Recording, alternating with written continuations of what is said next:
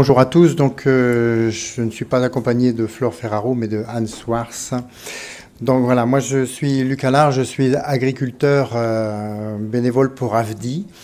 Je préside le groupe Conseil agricole pour le réseau AFDI. Alors AFDI, c'est une association qui est née il y a plus de 40 ans, de par la volonté des organisations professionnelles agricoles françaises. Et nous intervenons dans 16 pays, en grande majorité en Afrique de l'Ouest et Madagascar. Donc on m'a demandé de parler de la place des organisations paysannes dans les dispositifs de conseil à partir d'exemples que nous connaissons nous. Donc après c'est ce truc-là, non? Comment ça marche ça? On peut appuyer là. Ok, merci. Donc je vais décliner en trois parties. Donc premièrement les organisations, les OP, donc organisations professionnelles agricoles dans les systèmes nationaux de conseil agricole, quelle est leur place. Ensuite la gestion par les OP des dispositifs de terrain et le rôle des OP dans la relance des dispositifs. Alors nous à l'AFDI, donc comme ici tout le monde, on travaille avec les exploitations familiales et on ne travaille qu'avec les organisations de producteurs, les OP. Alors évidemment, ce sont des échanges paysan à paysan, mais par l'intermédiaire des OP. Donc la place des OP dans les systèmes nationaux de conseil agricole, donc on se pose les questions. Donc premièrement, la participation à la définition des politiques nationales. Donc qu'est-ce qui a été fait? On va donner des exemples de ce qui a été fait dans différents pays. Et aussi comment élaborer, comment travailler dans la cogestion des dispositifs nationaux. Quelle est la place des OP justement dans cette cogestion?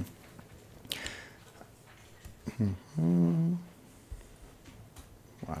On va parler premièrement de Madagascar au niveau national. Donc il a été établi des centres de services agricoles et des fonds de développement agricole. Le centre de services, donc c'est la liaison entre l'État et les prestataires de services et les agriculteurs pour établir les besoins, et les fonds de développement agricole, en gros, c'est pour le financement, aider à financer ces projets.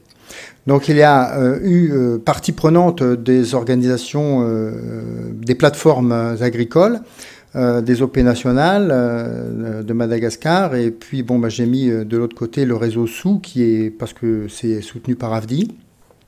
Et le réseau SOU, à cette occasion, a travaillé sur un espace de concertation, a monté un espace de concertation qui s'est appelé Regard Paysan, et qui a compris qu'il fallait absolument que les agriculteurs soient performants pour pouvoir influer sur les politiques de l'État, et donc pour que l'État comprenne bien les problématiques des agriculteurs. Donc il y a eu d'abord les ciblages des responsables. À partir de réunions communales, on a ciblé des responsables, on les a formés. On a travaillé, SOU a travaillé sur les orientations du développement à promouvoir, de façon à organiser ce partage, aussi qui doit faire partie des comités de pilotage. Donc les paysans sont arrivés dans les comités de pilotage. Après, qui a droit de travailler avec le Fonds de développement agricole? Il y a eu de la concertation, des propositions, et ça a été véritablement des réunions, des concertations qui ont été très, très profitables pour l'agriculture, et de ce fait, l'État avait une bonne vision de l'agriculture. Donc voilà, ça c'est pour Madagascar, c'est le premier exemple. Le deuxième exemple, parce qu'il faut aller vite, on va parler de la Guinée, où on intervient aussi, et là, il n'y a pas forcément de programme de conseil vraiment très détaillé en Guinée, sauf qu'il y a eu un programme national, il y a un programme national de développement agricole qui a été mis en place dans les années 2004-2005, et puis après une émanation de ce PNDA qui a été le PNIASA, le Plan national d'investissement agricole de sécurité alimentaire. Alors là, pareil, il y a eu une volonté du gouvernement, de l'État, de faire travailler les plateformes, donc la CNOPG, puis les chambres nationales d'agriculture, et puis les éleveurs de Guinée, sur ces projets-là de programme de PNDA. Et puis, donc cette concertation a mené à faire des ateliers paysans. Donc il y en a eu pas mal, il y a eu énormément de concertation entre les agriculteurs, les OP, et puis le gouvernement. Donc il y a eu une bonne vision du développement et d'avenir de l'agriculture. Mais malheureusement, il s'est avéré que les paysans ont remonté énormément de choses, mais qu'en retour, il y a eu pas grand-chose, puisque tous les témoignages des responsables de plateformes sont unanimes pour dire que de l'autre côté, l'État n'en a fait qu'à sa tête. Donc en ayant une très bonne connaissance de ce qui se passe en agriculture et des besoins des agriculteurs, l'État n'a pas pris en compte ce genre de choses. Ensuite, la place des OP dans la mise en œuvre et la gestion des dispositifs de terrain. Donc, il y a 3 possibilités.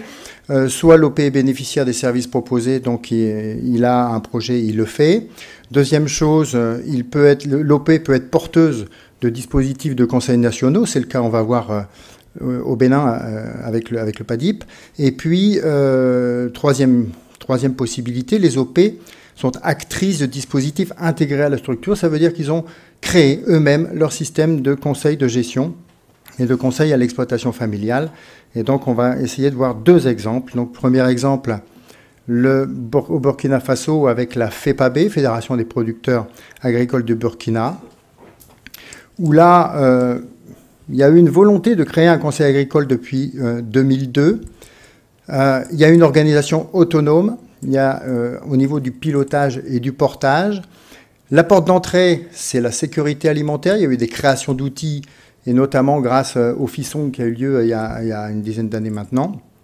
Et sécurité alimentaire sur l'écologie, sur les appros, sur les campagnes agricoles. Il y a eu des formations qui ont été faites et qui sont montées, qui sont écrites et qui existent et qui fonctionnent, avec des objectifs évolutifs du conseil de l'exploitation familiale, de l'approche globale, du conseil de groupe, et puis aussi une adaptation à l'environnement économique. Ça veut dire que c'est du conseil vivant. On s'adapte à l'économie actuelle, aux variations des aides et aux variations des subsides. Les avantages, donc une forte diminution de l'insécurité alimentaire, ça c'est notable, depuis 2002, ça fait quand même 17 ans. La FEPAB est devenue une référence au niveau national. Alors, comme disent ses responsables, oui, ils nous écoutent bien, ils prennent tout, mais ils ne nous rendent rien. Et puis, la création d'outils performants grâce à ce conseil agricole. Malheureusement, il y a des nuages, il y a des besoins humains importants, c'est récurrent, on le sait. Des freins culturels aussi au niveau des règlements des cotisations, on en a parlé. Des participations, au niveau de la vente groupée aussi, c'est pas évident. Culturellement. Et puis cette autonomie financière faible, de l'ordre de 10%, on leur parlait du coût du conseil, là on l'avait estimé pour 2400 adhérents, on l'avait estimé à 63 000 € par an, ce qui est relativement faible par rapport aux chiffres qu'on a donnés tout à l'heure. La FEPAB n'est autonome qu'à 10%, vous voyez, donc c'est pas évident, donc 90% de cet argent-là, ils sont obligés d'aller le chercher dans les bailleurs, chez les bailleurs, et c'est ça la grosse difficulté. Donc, un de leurs gros travaux, c'est d'aller chercher aussi des financements pour continuer ce conseil. Au Bénin, deuxième exemple avec la FUPRO, Fédération des unions de producteurs, soutenue aussi par l'AFDI. Il y a eu le PADIP, je ne vais pas raconter ce qui s'est passé au PADIP, donc c'est un plan qui a été créé à partir du livre blanc, des travaux aussi des agriculteurs, de la création d'une politique agricole. Le PADIP, c'est quelque chose qui a été monté par le ministère de l'Agriculture et qui a été financé par l'AFD et qui a été porté par les OP. Les OP, et donc l'avantage, il y a eu des formations, et notamment le PADIP s'est terminé en 2015 et il y a eu un petit reliquat pour travailler sur le post-PADIP avec l'élaboration d'un plan de développement du conseil qui prenait en charge, qui prévoyait la pérennisation du conseil, aussi apporter du service économique, positionner aussi la FUPRO au Bénin comme étant un des acteurs majeurs du Conseil au niveau de la coordination et de la gouvernance.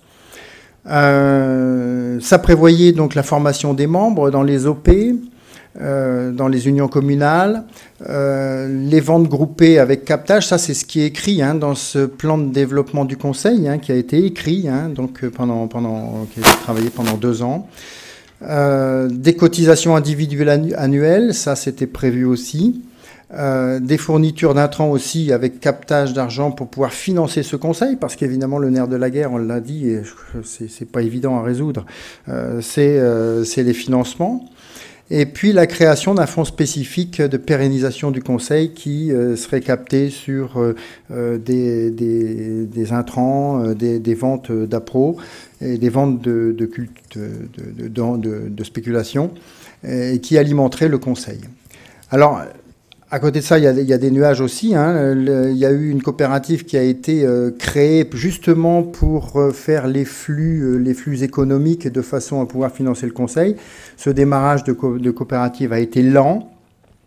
Il y a aussi des freins culturels. Bon, on est en Afrique de l'Ouest, cotisation, participation, pareil, vente groupée. Et puis l'arrêt des financements fin 2017 qui a obligé un repositionnement des moyens humains.